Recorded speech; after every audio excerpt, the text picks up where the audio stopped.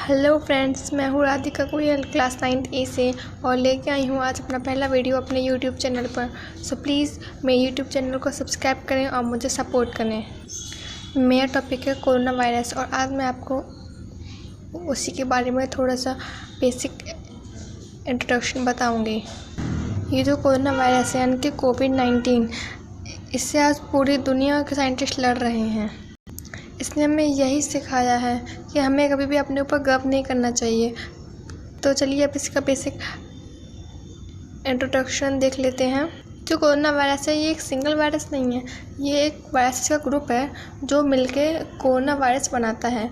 इसके बहुत सारे टाइप्स होते हैं जैसे कि सर्स, मर्स यानी कि इनके फुल फॉर्म्स है।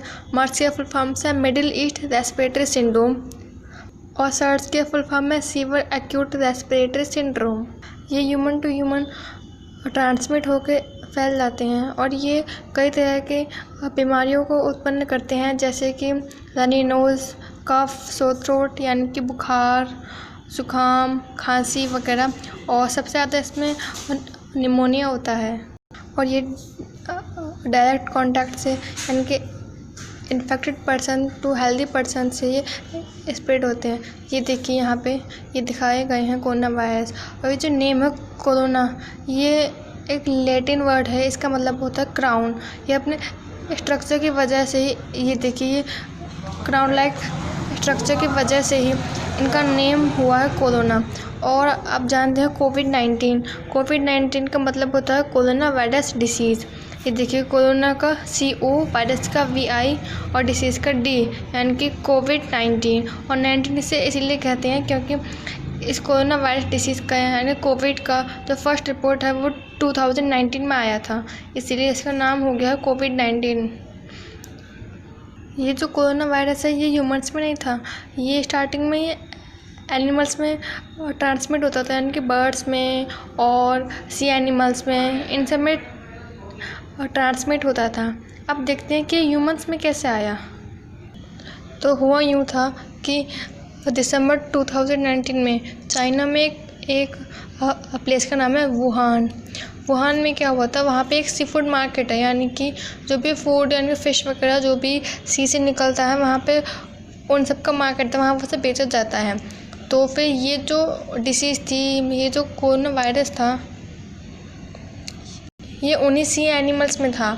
अब वो सी एनिमल्स उन लोगों ने तो खा लिए, तो अब जब वायरस है वो ह्यूमन्स में एंटर हो गया। अब वायरस एंटर हो गया लेकिन उसकी तुरंत बिल्कुल पता नहीं चलती, किसी भी डिसीज़ का तुरंत बिल्कुल कभी पता नहीं चलता।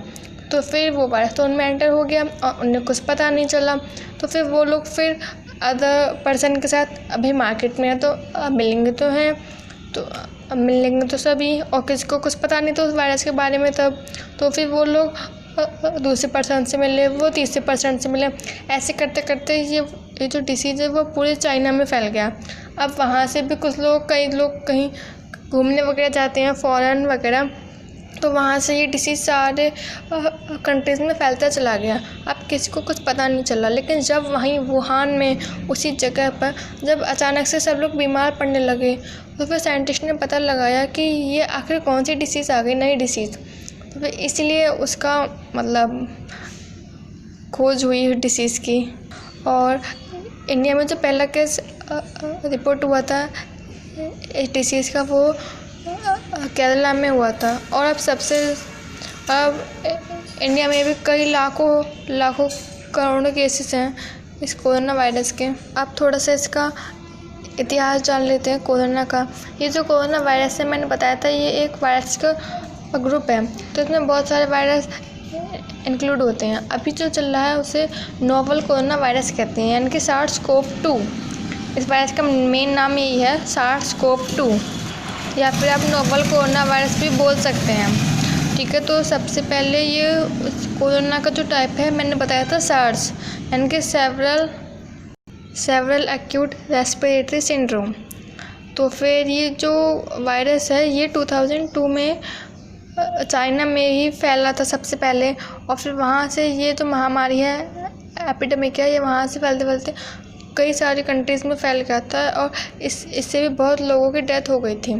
और एक और वायरस है मर्स, मैंने बताया था स्टार्टिंग में मार्स की फुल फॉर्म है मिडिल ईस्ट रेस्पिरेटरी सिंड्रोम। ये वाला जो वायरस है मार्स कोव यानी कि middle east respiratory syndrome corona virus, ये जो पूरा वायरस है ये भी सऊदी अरब में हुआ था, फर्स्ट आइडेंटिफाइड 2012 में। ये वाला फैला था 2002 में, ये वाला फैला था 2012 में। और इसमें भी वही होता है, फीवर कफ वगैरह जो भी, और निमोनिया तो सब में होता है, सारे कोरोना वायरस में निमोनिया कॉमन होता है और इससे भी बहुत लोगों की डेथ हुई थी। अब ये जो फैला है 2019 में वो फैला है नोवल कोरोना वायरस यानी कि सार्स कोरोना वायरस, इसका 2 मतलब SARS-CoV-2 फैला है और इसे हम नोवल कोरोना वायरस कहते हैं। सबसे पहले चाइना के वुहान में पाया गया था। ये देखिए यहाँ पे है कोरोना के टाइप्स, मैंने बताया था 7 टाइप्स के होते हैं। ये सब इनके नाम है 229E, NL63, OC43, HKU1, Mars-CoV यानी कि middle east respiratory syndrome corona virus, SARS-CoV यानी कि several acute respiratory syndrome corona virus और SARS-CoV-2 यानी कि नोवल कोरोना वायरस, जिससे कि कोरोना वायरस डिसीज़ होती है। और ये सारे इनके आउटब्रेक यानी कि ये 229 जो वायरस है वो 2008 में फैला था। ये जो NL63 वायरस है ये 2004 में फैला था।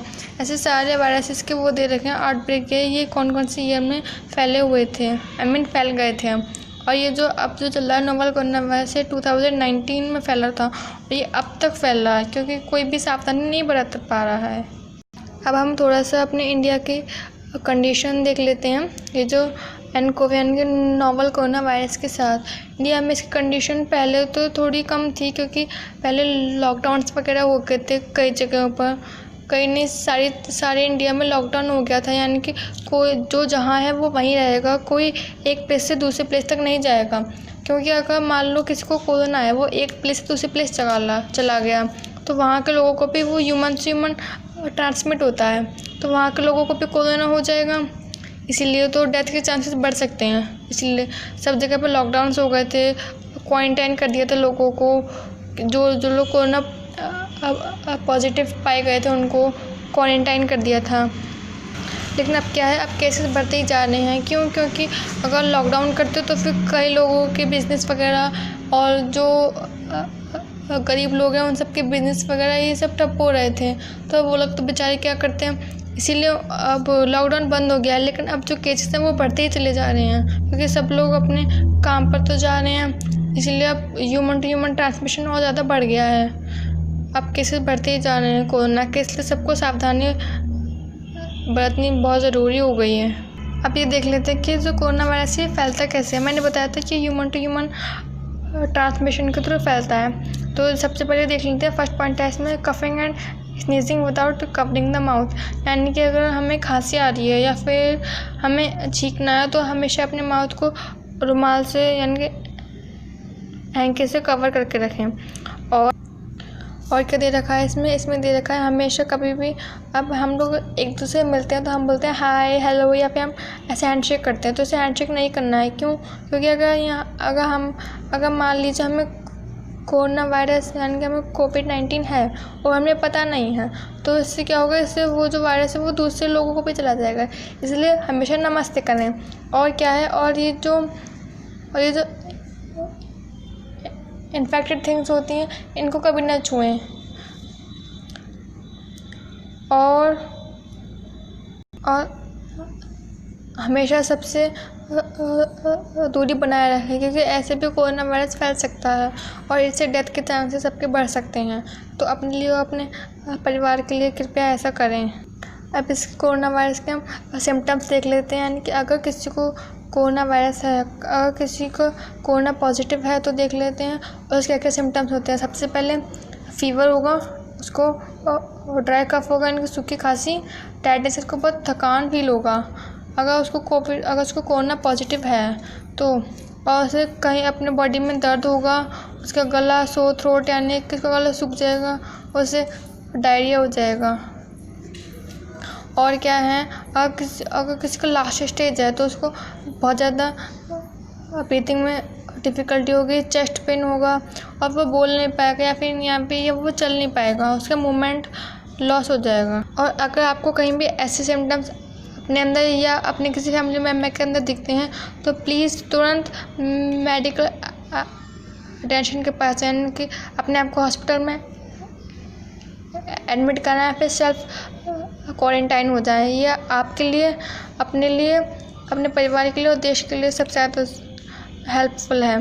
और वैसे तो अगर किसी को कोरोना पॉजिटिव है उसको नहीं पता है तो ये पता लगने में उसको 5-6 दिन या 14 दिन या 20 दिन कितने दिन लग सकते हैं, क्योंकि शुरुआत में पहले दिन किसी को भी पता नहीं होता कि वो खुद कोरोना पॉजिटिव है। और अब सबसे ज़रूरी टॉपिक है कि इस कोरोना वायरस से हम बचे कैसे हैं।